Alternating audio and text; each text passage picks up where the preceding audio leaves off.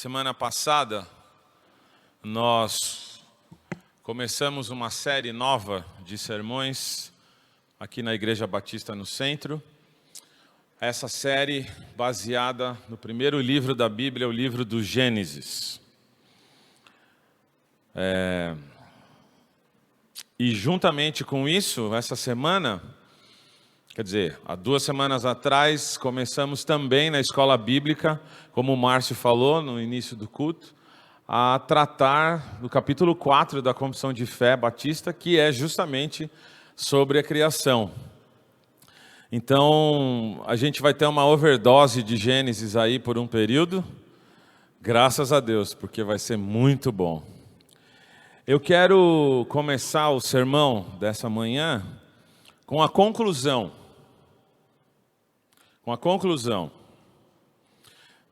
Criação foi há bastante tempo atrás, então o pregador trouxe 3 livros, olha o tamanho dos livros que o pregador trouxe. Então hoje a coisa vai ser um pouco demorada, então eu vou começar com a conclusão. Se vocês perderem alguma coisa no meio do sermão, pelo menos a conclusão você já tem. É o seguinte: a Bíblia é normativa, a Bíblia é abrangente. A Bíblia nos conta a verdadeira história do mundo e, como tal, se coloca em oposição às histórias alternativas que tentam fazer a mesma coisa. A essência do cristianismo é que ele oferece uma história que é a história do mundo todo. É verdade pública. Tanto o deísmo, naturalismo, niilismo, existencialismo, monismo panteísta oriental, pós-modernismo, secularismo, evolucionismo, pode colocar a lista aí que você quiser.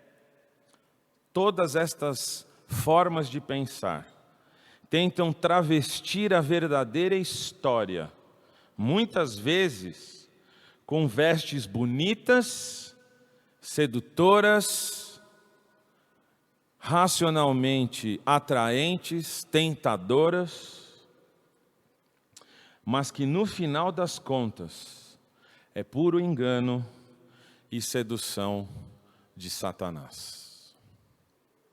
Que a graça e a brincadeira.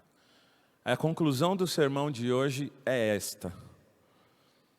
E eu quero pensar com vocês nessa manhã sobre a criação de Deus, sobre quem é o Criador, sobre o que significa esse ato criacional de Deus e pelo menos uma implicação para a nossa vida a gente vai ver hoje. Então peço que você esteja em espírito de oração e acompanhe comigo esta oração inicial. Senhor Deus, abençoa-nos nesta manhã com a porção da Tua Palavra. Que o Teu nome seja exaltado e glorificado nas nossas vidas e que a proclamação da Tua Palavra atinja aquele objetivo para o qual o Senhor mesmo estabeleceu.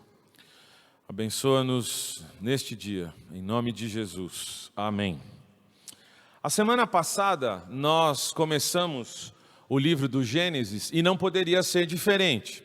O primeiro versículo do livro do Gênesis, o primeiro versículo que abre a Bíblia, é justamente o versículo que vai estabelecer certos parâmetros, certas diretrizes, certas normas, como destaquei aqui na conclusão inicial. O livro do Gênesis, e particularmente o primeiro versículo, já vai dar o tom do que vai acontecer na Bíblia Sagrada. O primeiro versículo já vai dar o tom de como deve ser a nossa vida. A semana passada, o Márcio trouxe para nós a percepção de quem é este Criador. E eu queria retomar rapidamente o que foi falado a semana passada, à guisa de introdução do que a gente tem que falar hoje.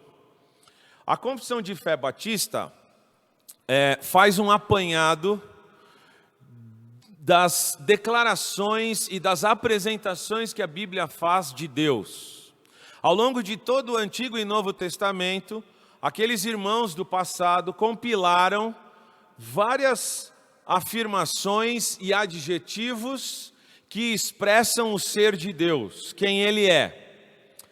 Nossos irmãos no passado dizem o seguinte: Deus é vivo e verdadeiro, infinito em seu ser e perfeição, um espírito puríssimo, invisível, sem corpo, partes ou paixões, imortal, imutável, eterno, incompreensível, onipotente, onisciente, onipresente, infinito, santíssimo, sapientíssimo, completamente livre e absoluto, amorosíssimo, gracioso, misericordioso, longânimo, abundante em bondade e verdade, perdoador da iniquidade, da transgressão e do pecado, galardoador dos que diligentemente o buscam, justíssimo e terrível em seus julgamentos, que odeia toda forma do pecado e que de modo algum terá o culpado por inocente.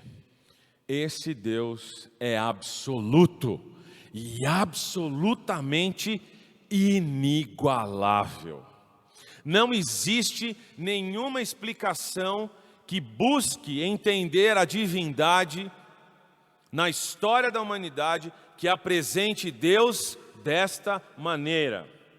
Podemos pegar as explicações religiosas de tribos mais primitivas ou a sofisticação religiosa, cognitiva, racional mais elaborada, ninguém consegue descrever um Deus desta maneira.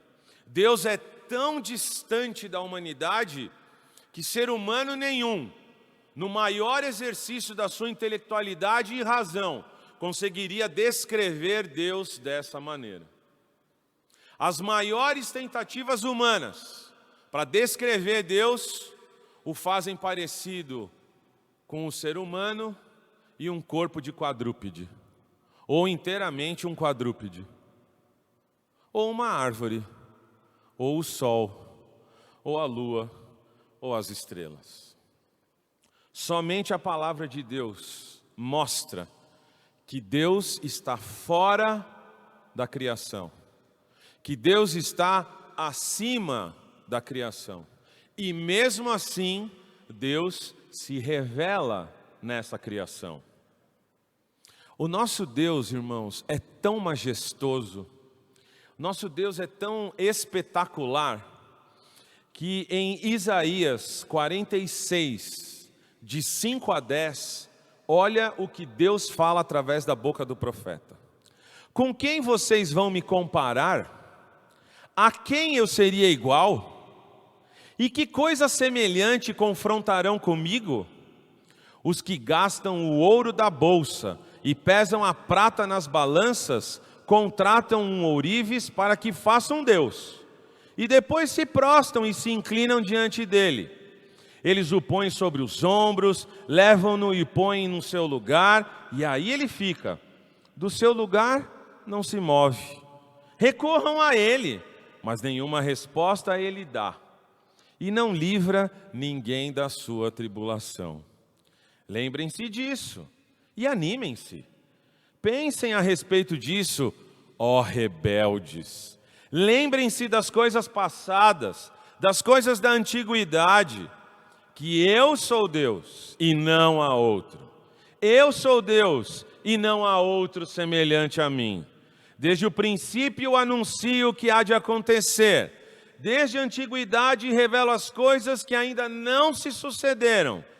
Eu digo, o meu conselho permanecerá em pé e farei toda a minha vontade.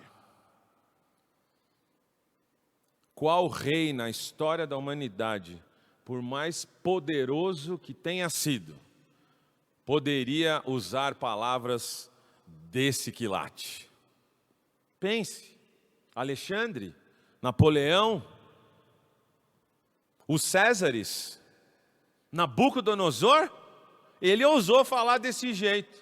Passou 7 anos comendo capim. Seus pelos, cabelos e barba e unhas cresceram, que ele ficou completamente desfigurado. Aí depois de 7 anos, ele falou: Daniel, o seu Deus é o único Deus. É assim, com o ser humano que se ensoberbece. Como comparar um Deus dessa maneira? Impossível. Mas na criação, que é o nosso texto que vamos ler daqui a pouquinho, a partir do 2 até o 25. Quem é Deus na criação? A palavra começa com a seguinte frase: no princípio, criou Deus os céus e a terra. Nós sabemos que o universo, cada um de nós, a nossa existência, é formada pelo menos por 3 coisas: espaço, tempo e matéria. Os físicos, os astrônomos, astrofísicos, todos eles tentam conciliar esses 3 parâmetros e entender o que acontece no universo. Newton, depois que elaborou as suas 3 principais leis e publicou o seu livro, escreve bem no início: ao estudar o universo, descobrimos como Deus o criou. Talvez o físico mais eminente de toda a história, junto com Einstein, Stephen Hawking talvez, era cristão. Escreveu mais sobre Bíblia do que sobre física. Veja que interessante. Se Deus é o Criador de todas as coisas, nós temos que tentar entender como explicar isso e como fazer com que estas coisas sejam parte do nosso dia a dia, no sentido de que, vez ou outra, como diz o apóstolo Pedro, seremos chamados para dar a razão da nossa esperança. A razão. E não apenas aquela coisa do tipo: você é crente, tudo que você fala pela fé. Eu tenho a minha, você tem a sua e vamos embora. Não. Pedro está falando que é a razão que a gente tem que expressar para as pessoas. Bom, se o mundo natural teve um começo, a ideia é quem começou esse mundo natural. A ciência hoje, na sua imensa maioria, acredita que o universo teve um começo. O que causou um problema gigantesco para os cientistas, porque se o universo teve um começo, a próxima pergunta que deriva disso é: como começou? Quem o começou? Portanto, a ciência, quando tenta entender o universo a partir de um começo, cria um enorme problema. Porque quem começou o universo, obrigatoriamente, necessariamente, não poderia fazer parte dele. Afinal de contas, se assim fosse, o universo seria eterno. E o mais ateu dos ateus diz que o universo não é eterno. Portanto, se na criação do universo nós temos espaço, tempo e matéria, quem criou o universo não pode estar contido no espaço, porque antes não havia espaço. Portanto, deve ser um ser onipresente. Se no início do universo, se você quiser pensar que foi o Big Bang, pode pensar, não tem nenhum problema com relação a isso. No início do universo, o tempo foi criado. E também pouco importa se você tem tempo e espaço na perspectiva do Einstein, não tem nenhum problema. Tempo foi criado. Se o tempo foi criado, quem o criou estava fora do tempo. É um ser atemporal. Tem que ser necessariamente um ser eterno. Terceiro, criou-se então o espaço, criou-se o tempo e também criou-se a matéria. Mas para criar matéria, esse ser vivo não pode ser material. Este ser que criou A matéria necessariamente precisa ser imaterial. Procure quem atende a estes 3 requisitos que os próprios cientistas impuseram a si mesmos. Quem causou o Big Bang? Se você quiser pensar nele, tem que estar fora do tempo, tem que estar fora do espaço e tem que ser onipresente.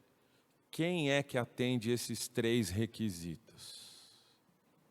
Este Deus que acabamos de relembrar aqui.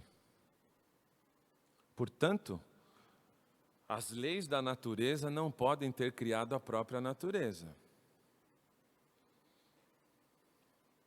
E aí, como é que a gente se posiciona agora diante disso? A semana passada, o Márcio trouxe para nós a perspectiva de que é a partir do Gênesis que se constrói toda a base da cosmovisão cristã. A cosmovisão cristã alicerçada em 3 pilares: a criação, a queda e a redenção. E, por mais estranho que pareça, o Márcio, a semana passada, mostrou que o Gênesis aponta para o Apocalipse, né?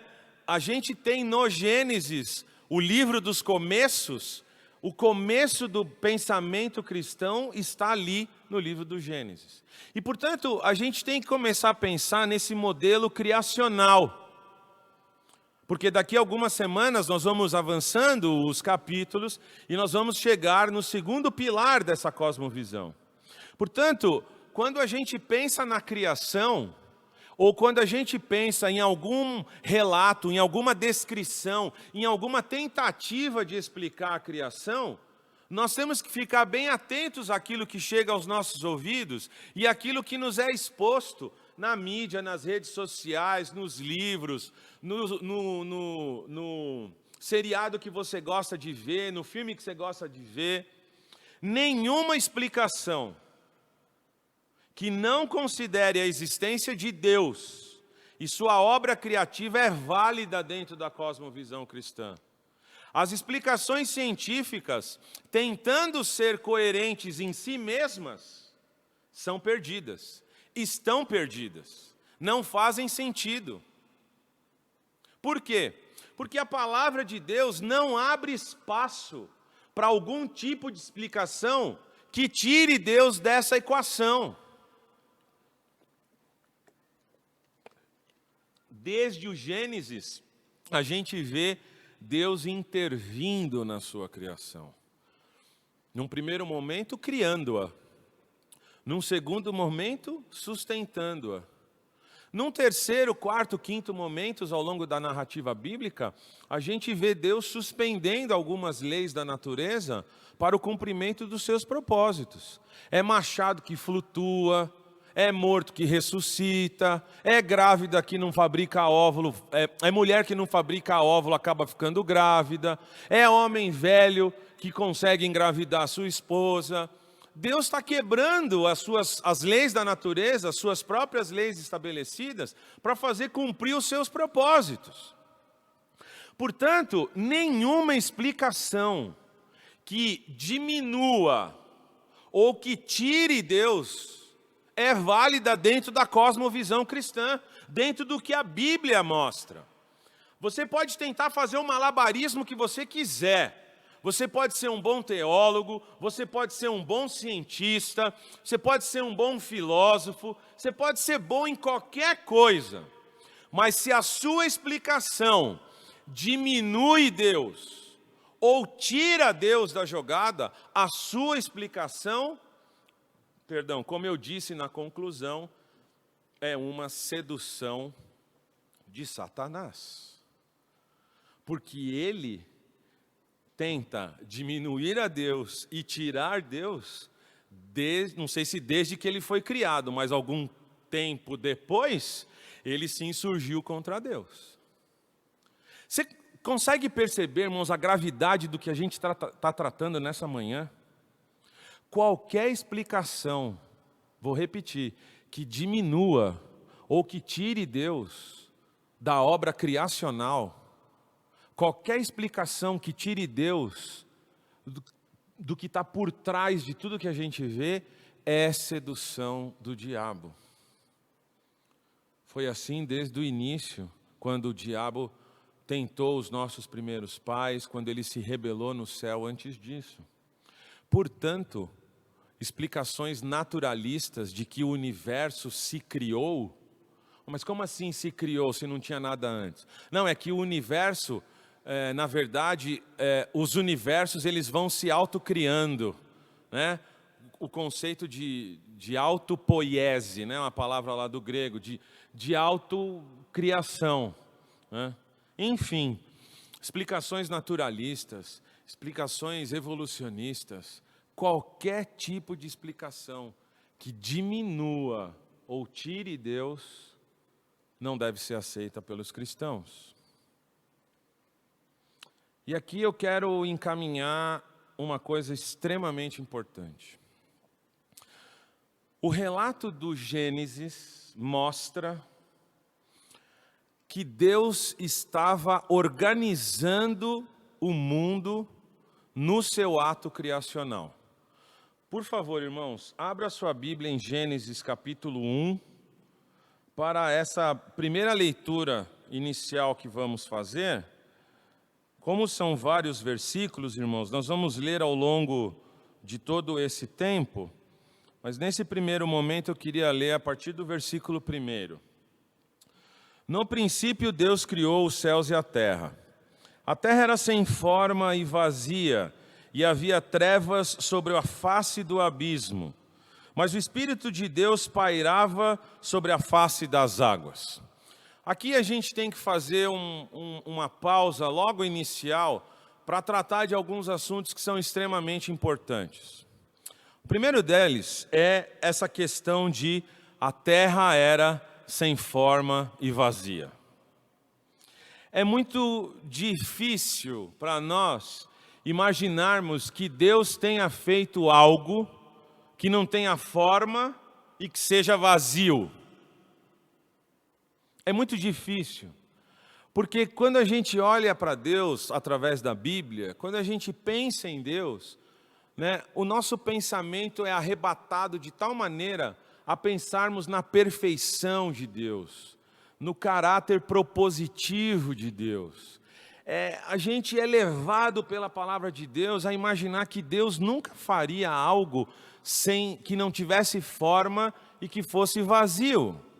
Porque na nossa vida, aquilo que não tem forma e aquilo que é vazio, para nós diz muito pouco. Se você for a uma exposição de arte contemporânea, você vai ver um monte de peças de arte que são sem forma e que eventualmente são vazias, mas que custam milhares de dólares e euros. Mas quando você olha para aquilo, você pensa, é isso? Com Deus, algo ser vazio e não tem forma é absolutamente extraordinário, irmãos. Sabe por quê?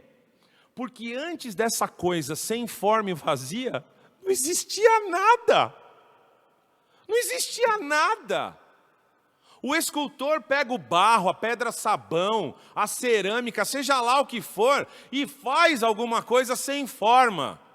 Mas o barro, a cerâmica, o mármore já existia para o escultor fazer o que ele tinha que fazer. No caso de Deus, não.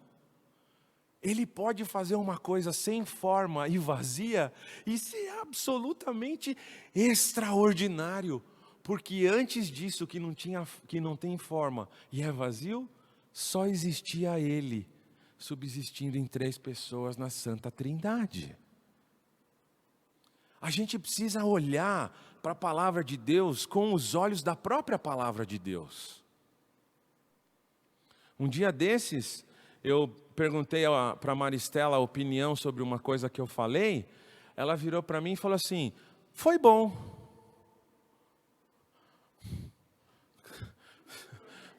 Gente, daqui a 4 meses nós vamos casar. 5 meses nós vamos casar. Ah, foi bom. Pô, mas você não me ama? Será que não dá para expressar um pouco mais de alegria, felicidade? Assim, bom. Tem mais nada para falar? É, foi bom. Eu, burro, pecador, velho homem, do jeito que eu sou, ontem eu insisti. Perguntei de novo. E aí, o que você achou? Foi legal. Aí ela falou assim, eu não vou ficar falando que você falou bem, que todo mundo entendeu, que todo mundo gostou, eu não tenho que falar essas coisas para você. Toim.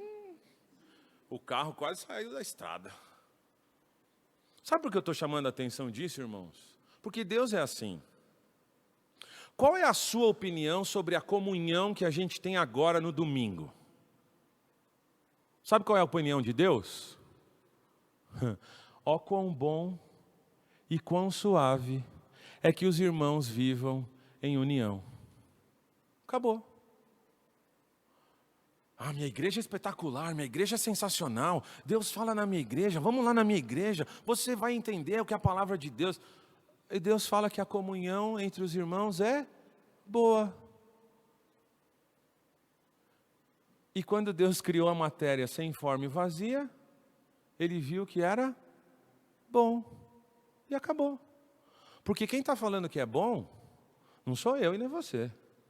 É o Deus absoluto. E quando Ele fala que a coisa é boa, eu dou 2 passos para trás. A terra era sem forma e vazia. Deixa eu fazer uma citação aqui de um autor, Tremper Longman III, um livro sobre como ler Gênesis. Ele diz o seguinte, na citação dele aqui. Muitos leitores modernos tropeçam nos 6 dias da criação. Indagam como poderia ter acontecido com tanta rapidez.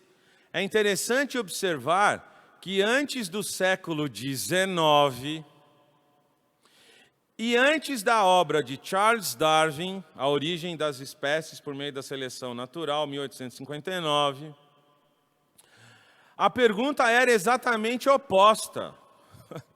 Por exemplo, no século XVI, João Calvino se deparou com o ceticismo acerca do relato bíblico que questionava por que levou tanto tempo para Deus terminar a criação. O relato bíblico parecia ridículo para muitos leitores do século XVI, porque sabiam que Deus podia criar instantaneamente como quisesse. Percebe a dimensão da criação e a dimensão do Criador? Tê-lo feito em 6 dias, foi para estabelecer o tempo para nós, para cada um de nós aqui. Portanto, irmãos, criar algo sem forma e este algo ser vazio, não significa absolutamente nada, a não ser que, do nada, Deus fez tudo.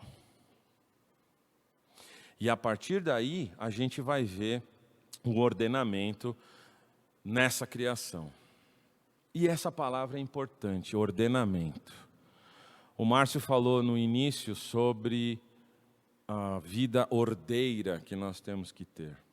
Eu queria fazer você pensar uma coisa comigo aqui, ver se faz sentido. No contexto da liturgia do culto, em 1 Coríntios, Paulo coloca claramente que o nosso culto deve ser feito de forma ordeira. Na medida em que a criação e a nossa vida deve glorificar a Deus, o ordenamento que Deus fez na criação, que faz na nossa vida e exige que nós façamos no culto que lhe prestamos, também devem expressar essa glória para Ele. Se não, vejamos, 2 Reis, capítulo 20, a partir do versículo 1. Por esse tempo, Ezequias adoeceu de uma enfermidade mortal. O profeta Isaías, filho de Amós, foi visitá-lo e lhe disse: assim diz o Senhor, ponha em ordem a sua casa, porque você morrerá. Você não vai escapar.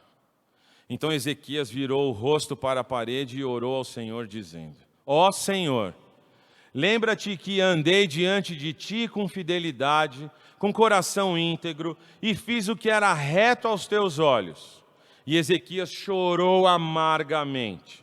Antes que Isaías tivesse saído do pátio central, a palavra do Senhor veio a ele dizendo: volte e diga a Ezequias, príncipe do meu povo: assim diz o Senhor, o Deus de Davi seu pai, ouvi a sua oração e vi as suas lágrimas. Eis que eu vou curá-lo, e ao terceiro dia você subirá à casa do Senhor. Acrescentarei 15 anos à sua vida, e livrarei das mãos do rei da Assíria, tanto você quanto esta cidade. Defenderei esta cidade por amor de mim e por amor a Davi, meu servo. Ezequias andava em fidelidade, tinha o coração íntegro, fazia o que era reto aos olhos de Deus, mas precisava ordenar a vida dele, porque em algum aspecto a vida dele estava bagunçada. A gente não sabe o que ele tinha que arrumar, mas a gente sabe que tinha alguma coisa fora do lugar. Você vai falar: Marcos, mas isso aí é Antigo Testamento. Tá bom, então vou te dar um do Novo. Historinha bonita essa. Entrando em Jericó, Jesus atravessava a cidade. Eis que um homem rico, chamado Zaqueu, chefe dos publicanos, procurava ver quem era Jesus, mas não podia por causa da multidão, por ele ser de pequena estatura. Então, correndo adiante, subiu num sicômoro a fim de ver Jesus, porque ele havia de passar por ali.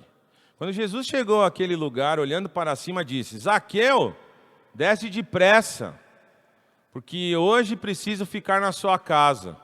Zaqueu desceu depressa e o recebeu com alegria. Todos os que viram isto murmuravam, dizendo que Jesus tinha se hospedado com um homem pecador. Zaqueu, por sua vez, se levantou e disse ao Senhor: Senhor, vou dar a metade dos meus bens aos pobres. E se eu roubei alguma coisa de alguém, vou restituir 4 vezes mais. Então Jesus lhe disse: hoje houve salvação nesta casa, pois também este é filho de Abraão, porque o Filho do Homem veio buscar e salvar o perdido. Zaqueu estava com a vida toda bagunçada. Trabalhava, mas roubava. Trabalhava, mas pegava o que não devia. Trabalhava, mas acumulava o que não era devido a ele. Quando ele vê Jesus, ele bota a vida em ordem. Eu não vou falar da nossa vida individual, mas eu queria falar para você de uma igreja que eu conheci alguns anos atrás. Faz bastante tempo, eu tinha uns 15 a 16 anos de idade. A irmã que me apresentou essa igreja chamava-se, porque ela infelizmente já faleceu. Essa irmã se chamava Chloé. Essa era uma igreja que tinha partidos. Tinha gente lá que gostava de um pastor que se chamava Paulo. Tinha um outro pastor nessa igreja que tinha um grupo de pessoas que queria só saber dele. O nome dele era pastor Apolo. Tinha um outro pastor nessa igreja que também tinha um grupo que só queria saber dele. Então, quando o pastor Pedro pregava, aí ia aquele grupo. Quando era o pastor Apolo, ia outro grupo. E quando o Paulo pregava, era um terceiro grupo. Mas o pior, nenhum desses 3 ia quando era Cristo apresentado. Se aparecesse o próprio Cristo para pregar naquela igreja, ia ter um grupo à parte. Olha que interessante. Coitada da irmã Chloé, ela sentia muito. A igreja dela era muito imatura, muito infantil. Fazia um monte de bobagem naquela igreja. Aquela igreja, infelizmente, era marcada por uma imoralidade sexual. Aquela igreja era cheia de gente arrogante, irmãos. Você acredita? Tinha irmão brigando com outro no juizado de pequenas causas, porque eles não tinham capacidade de, com a palavra de Deus e a ação do Espírito Santo, resolver problemas entre eles. 2 que se diziam filhos de Deus. 2 que tinham sido evangelizados pelo próprio pastor Paulo. Chegou lá naquela cidade para plantar aquela igreja.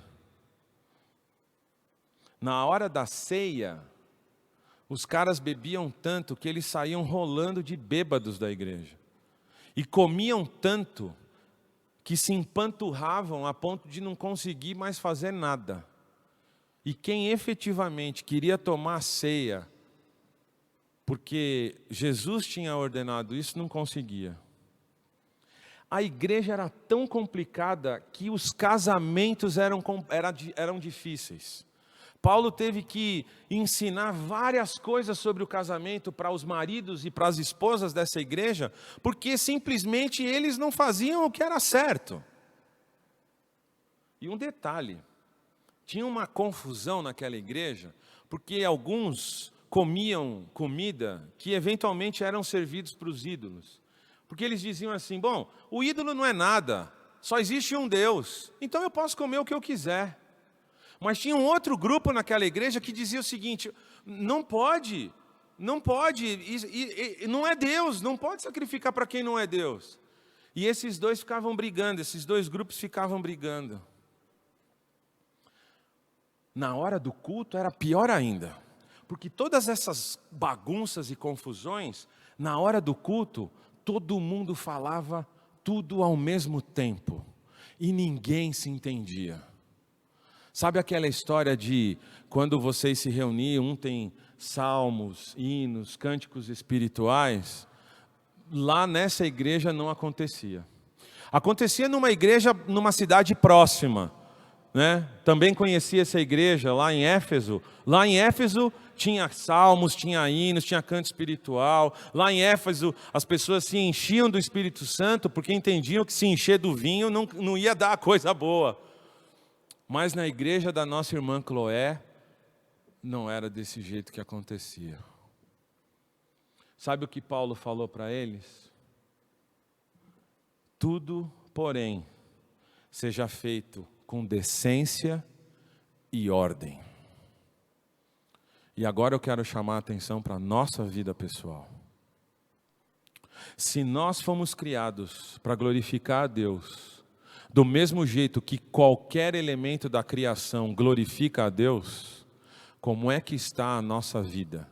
Sentimental, espiritual, familiar, financeira, profissional, relacional. Nossa vida está bagunçada, está precisando de ordem? Ou a gente pode se aproximar de Deus tranquilo, porque não tem nada para ser arrumado?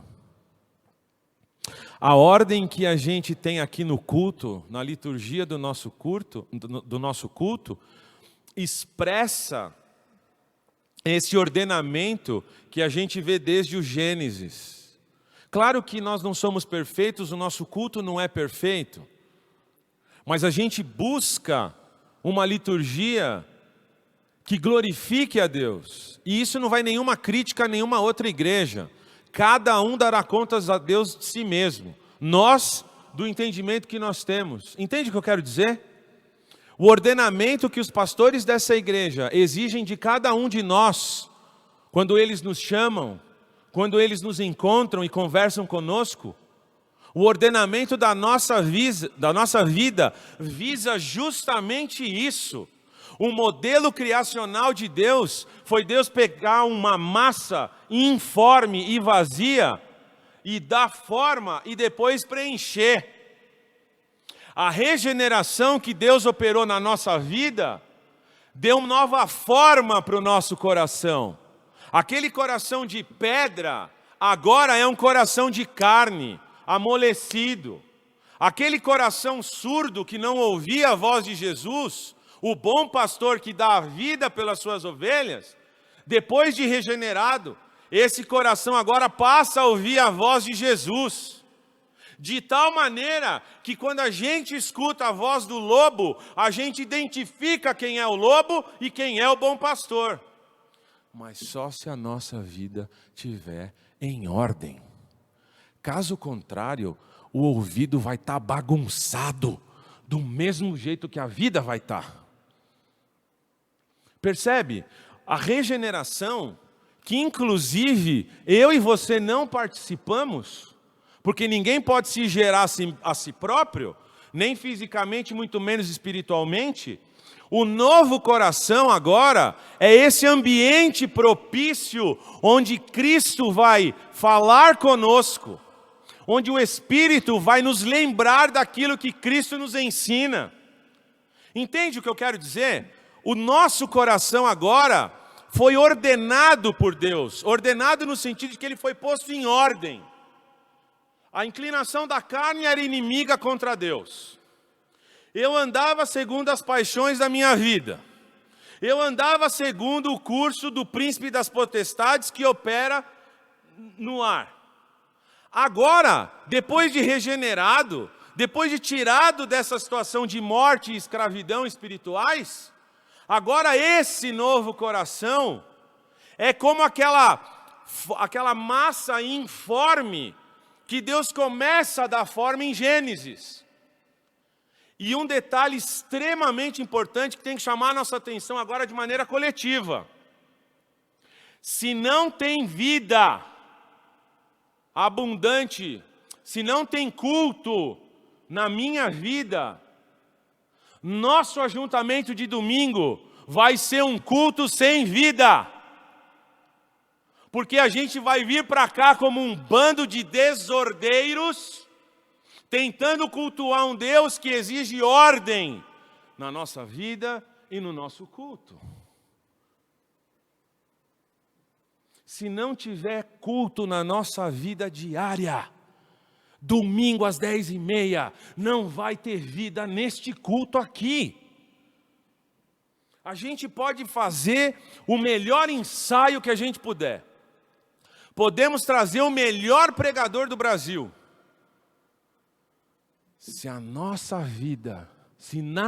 vida a gente não cultua a Deus, aqui vai ser um ajuntamento, como Paulo fala em 1 Coríntios também, vai ser um ajuntamento de um bando de sino que faz barulho, e esse barulho não serve para nada, é só barulho.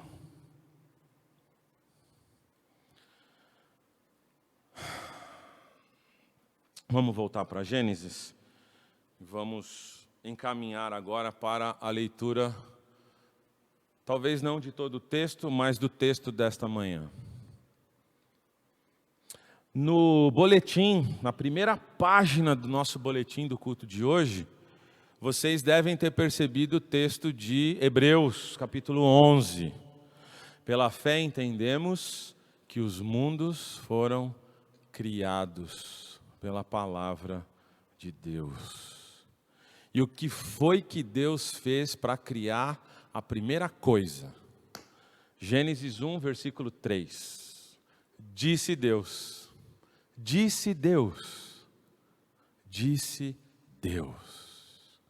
O que foi que Deus disse para você agora nessa manhã? Ontem, o que foi que Ele disse para você? Talvez a gente tivesse tão ocupado ontem que a gente não ouviu a voz de Deus. Mas se a nossa vida tivesse ordenada, se a gente estivesse controlando a nossa vida como a Bíblia quer que a gente controle, talvez a gente tivesse ouvido a voz de Deus ontem. Que Ele falou ontem, Ele falou. Eu não sei se eu compreendi, eu não sei se eu ouvi, mas que Ele falou, Ele falou.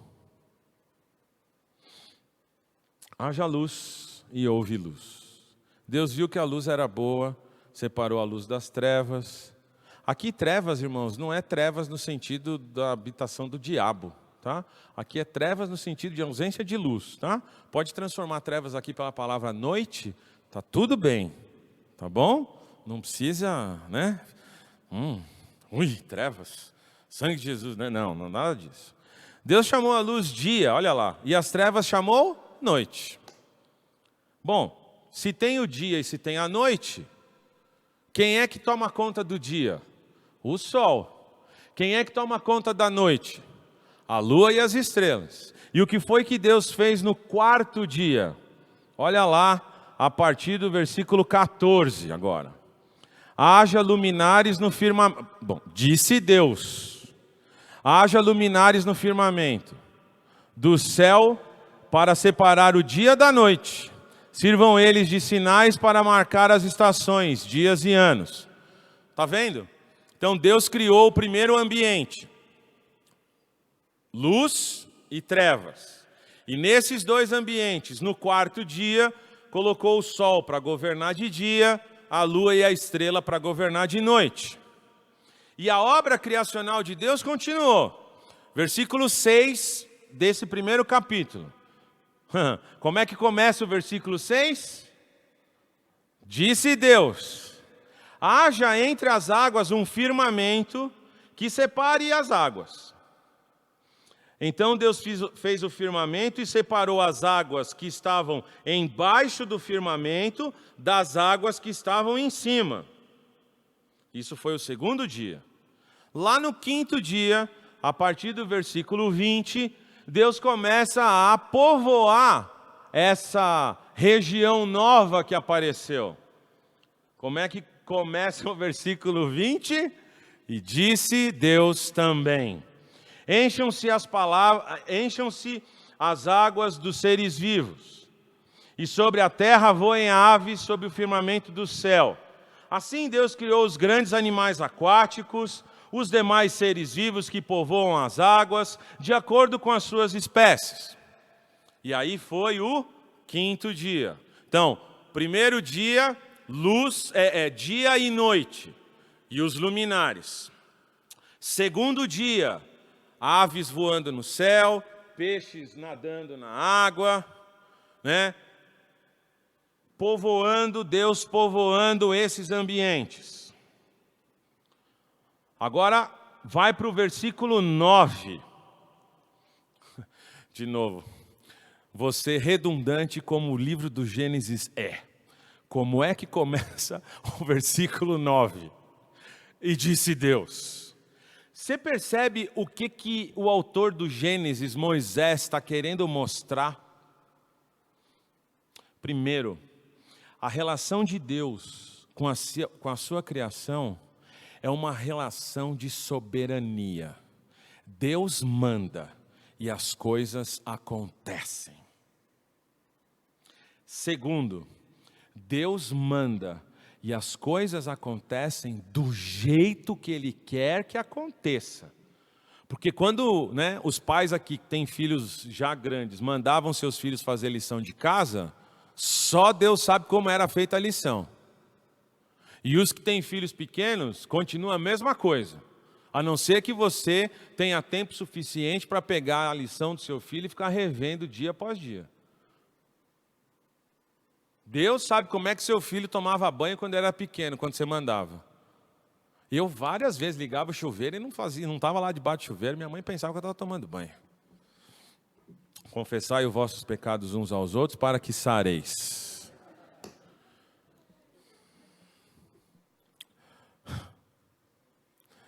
Versículo 9 começa do mesmo jeito. E disse Deus: ajuntem-se num só lugar as águas que estão debaixo do céu, e apareça a parte seca. Agora tem montanha, agora tem vale, agora tem colina, agora tem rio, tem cachoeira, agora tem lençol freático embaixo da pedra. Sabe lençol freático? Já ouviu falar de água mineral? A água chama mineral porque ela é cheia de sais minerais. E sabe de onde ela pega esses sais minerais? Das rochas, quando ela cai. E embaixo forma um lençol freático. E aí, para quem gosta de andar dentro de caverna, quando entra numa caverna, tem um riozinho lá dentro, de água pura, limpa, cristalina.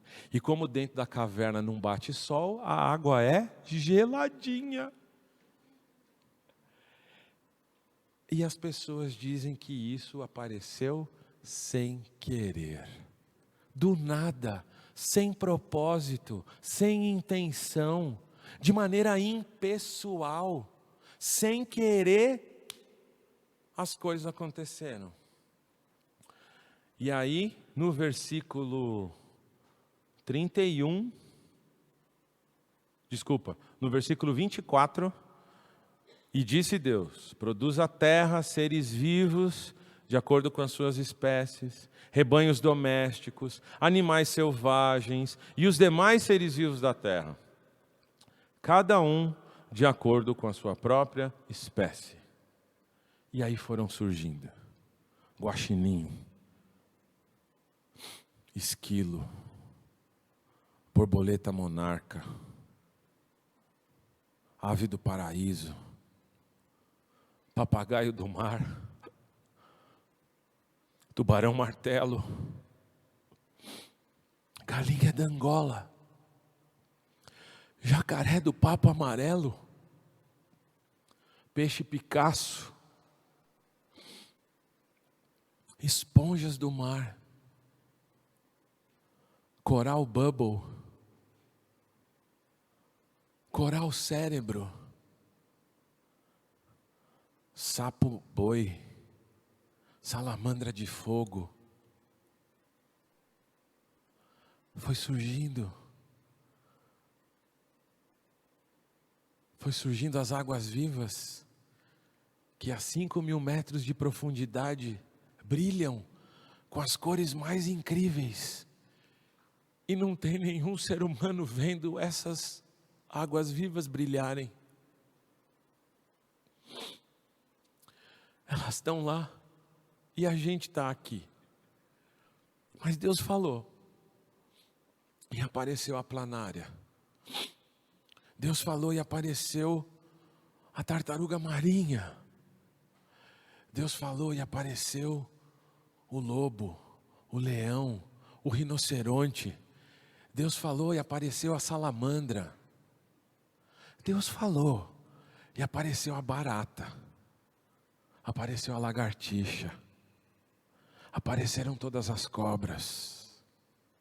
Deus falou e apareceram todas as 200 bilhões de galáxias que existem atualmente, em que o olho humano, através dos telescópios mais poderosos, tenta ver.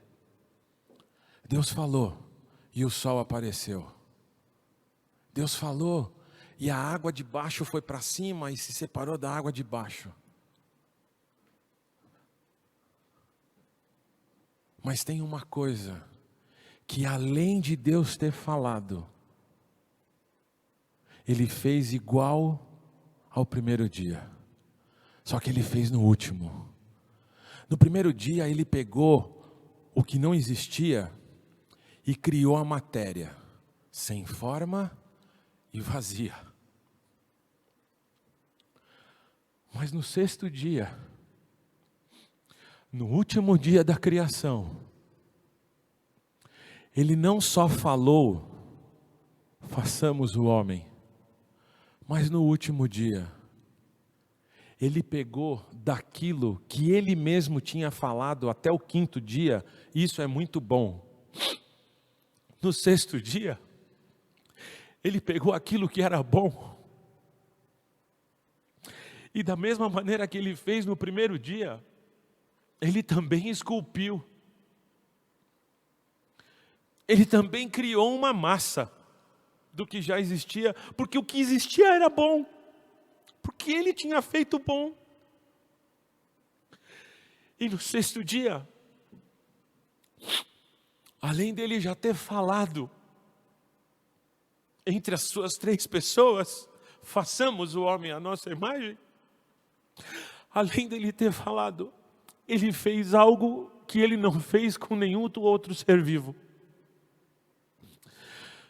Ele soprou o fôlego de vida dentro desse ser que Ele criou por último. Esse último ser criado, irmãos, é o melhor da criação de Deus. O melhor da criação de Deus Ele deixou para o último dia. A última parte do sexto dia. A criação da humanidade, representada por nossos pais, Adão e Eva. Mas isso é assunto da semana que vem. Vamos orar.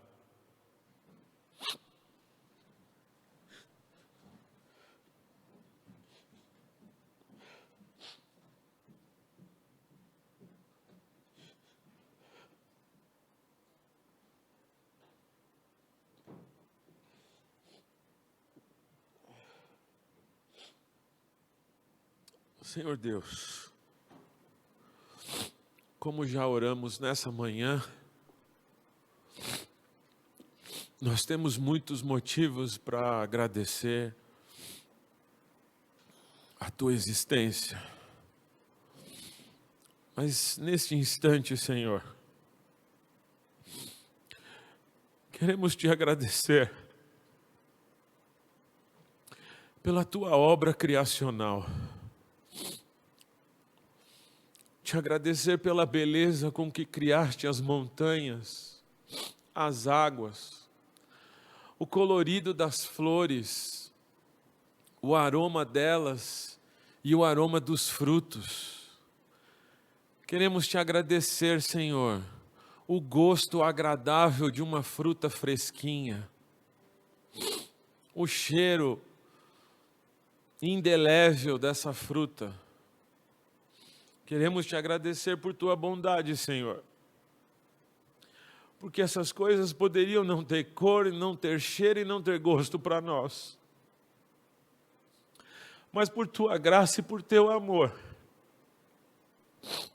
fomos agraciados e abençoados com a Tua inteligência, com a Tua sabedoria, com o Teu poder e com a Tua bondade. Ó Deus, Te agradecemos por ter criado a humanidade à Tua imagem e semelhança. Ninguém poderia fazer coisa melhor. E Te pedimos, Senhor, perdão mais uma vez, por termos manchado a Tua imagem e a Tua semelhança. Mas Te agradecemos, porque no próprio Gênesis o Senhor mostra que essa humanidade vai ser redimida e resgatada. E Te agradecemos pela remissão dos pecados que já temos em Ti, Senhor. Te agradecemos por tudo que somos e temos, porque o Senhor é dono de tudo que somos e temos. Em nome do Teu Filho Jesus. Amém e amém.